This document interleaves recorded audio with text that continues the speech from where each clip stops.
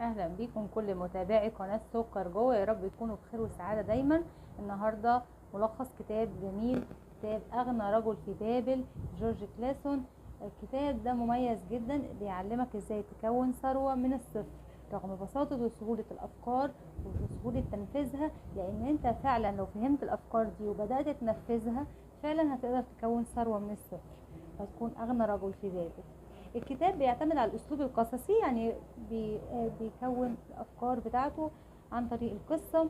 في اول مشهد من الكتاب بيبتدي براجل اسمه بانسر. الراجل ده قاعد على سور مدينه بابل حزين وزعلان ومتقدر لانه هو مش معاه قوت يومه، وعلى الرغم ان هو راجل شاطر جدا في صناعه السيارات الا انه كان فقير جدا وحاله صعب زي اي حال كتير من الناس اللي بتشتغل وبتتعب ليل نهار ليل نهار، وفي الاخر يا دوبك بيحصلوا على